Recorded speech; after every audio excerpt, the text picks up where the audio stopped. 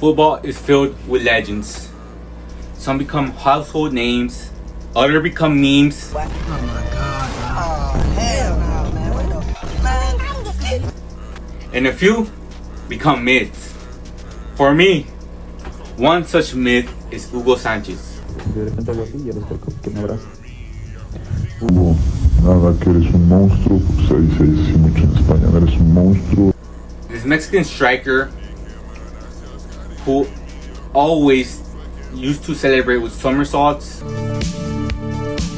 and a gold tally that looks like a typo. So, let's talk about him. A man who went to Pumas, a university in Mexico City, going to La Liga, one of Europe's finest leagues, and being feared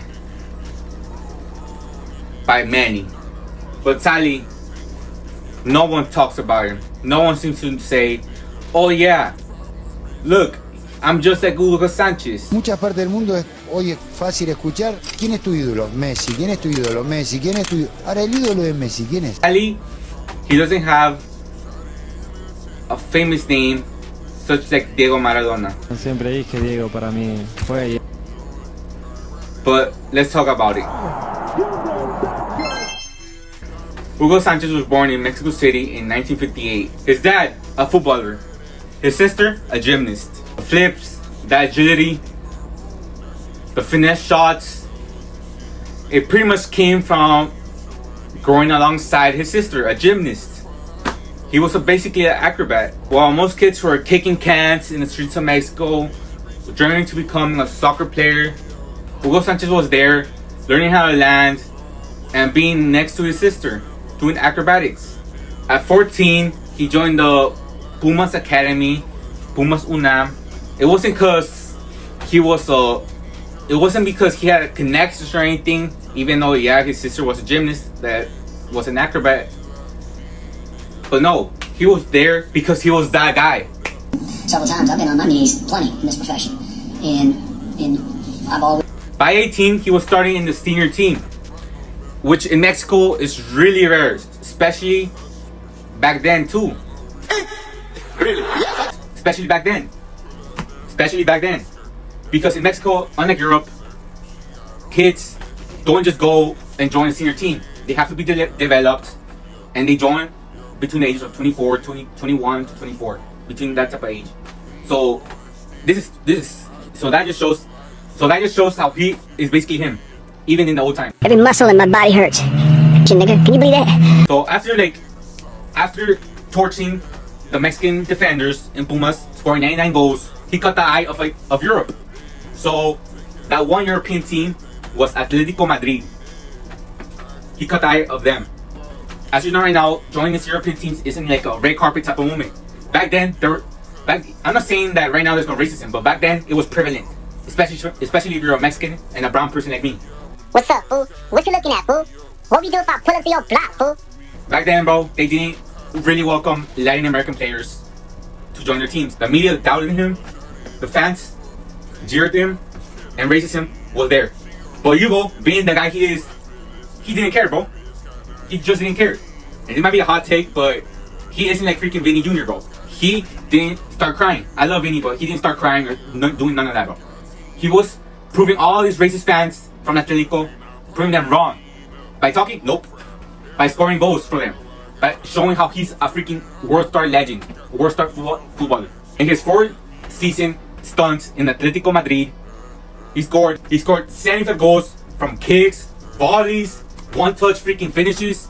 He was out there embarrassing every freaking European defender, showing how Latin America actually has talented players, especially Mexico. But there was a twist. Hugo Sanchez, in 1985, he secretly, behind the backs of all these racist Atletico fans, joined rivals Real Madrid, which by now, bro, that would have been crazy right now. You know how crazy that is? Just join your rival team, bro. You know how fans probably were? If they're a racist, bro, just imagine how racist they are now since you freaking joined the team.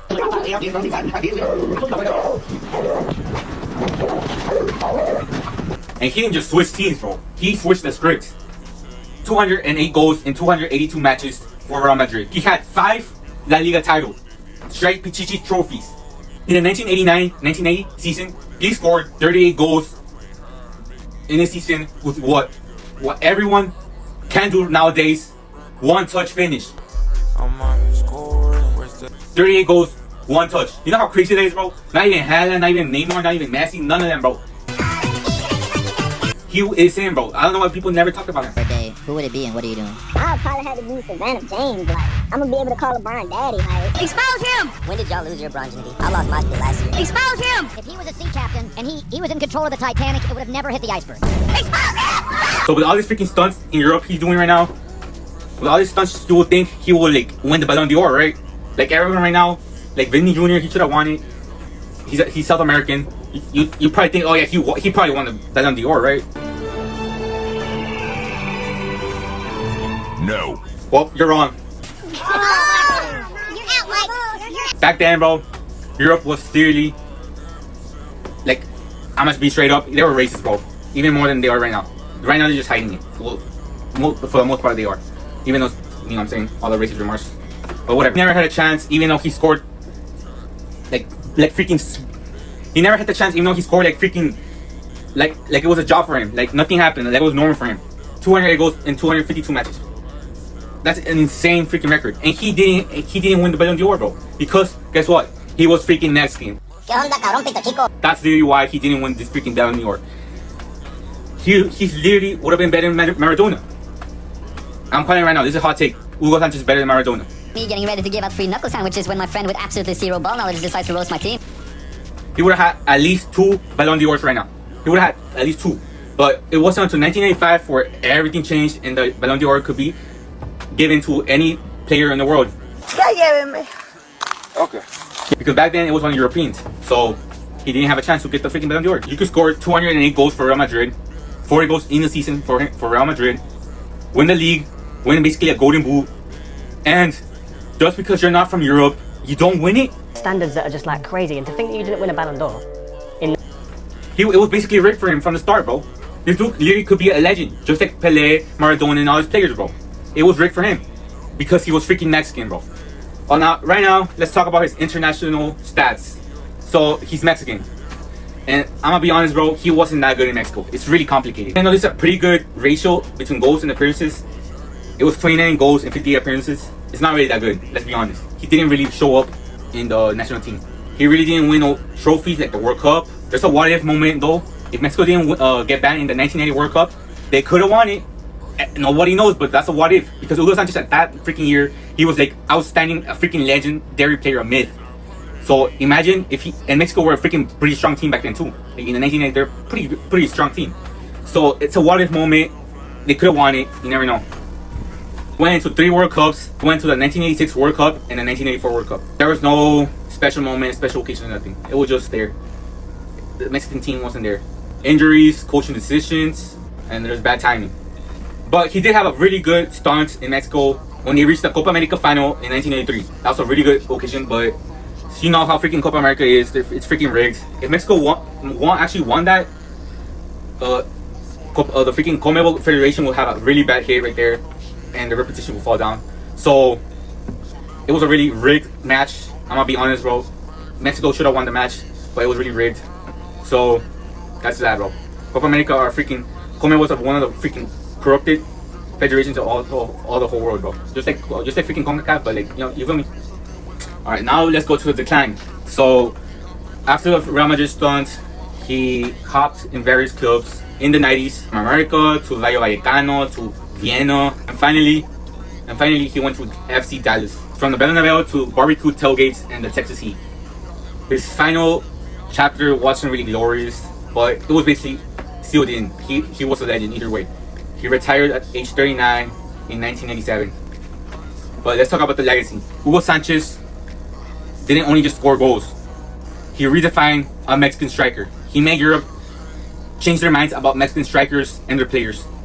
Before him, the idea of a Mexican dominating Europe was really unheard of. So after him, it became possible. It inspired so many Mexicans, even to this day. Even to this day.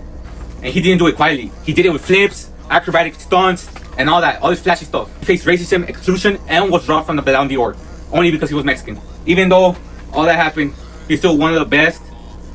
It's not really a hot take, but he is the best Mexican striker of all time. Even better than Chicharito. Even though he has more goals than him, but he's still the best Mexican striker of all time. So Hugo Sanchez was really a fever dream for us Mexicans. He was Real Madrid top scorer. He should have won the Ballon d'Or. Even Ronaldo, Cristiano Ronaldo, the second best football player of all time. Even he idolized Hugo Sanchez because he always wanted to do the acrobatic stunts and all his glory he had. Even he glazed freaking Hugo Sanchez. He should be talked about. He should be in the same conversation as Van Basten and Maradona and all this players, but unfortunately, that's a sad reality. But that's the thing about legends. They don't need permission to be great. Hugo Sanchez didn't wait for Europe to validate him. He made sure history would never forget him. Alright guys, if you enjoyed my short little video, just make sure to like and sub. I know I freaking went over a lot of stuff. Like I passed through a lot of stuff that should be talked about, but it's basically like a brief summary of one of the best Mexican strikers of all time, who should be in the conversation of the top 10 strikers of all time, like in Europe, the whole world. But here it is. That's how it is. Anyways, be sure to like and sub. And I'm saying, that's it. Peace.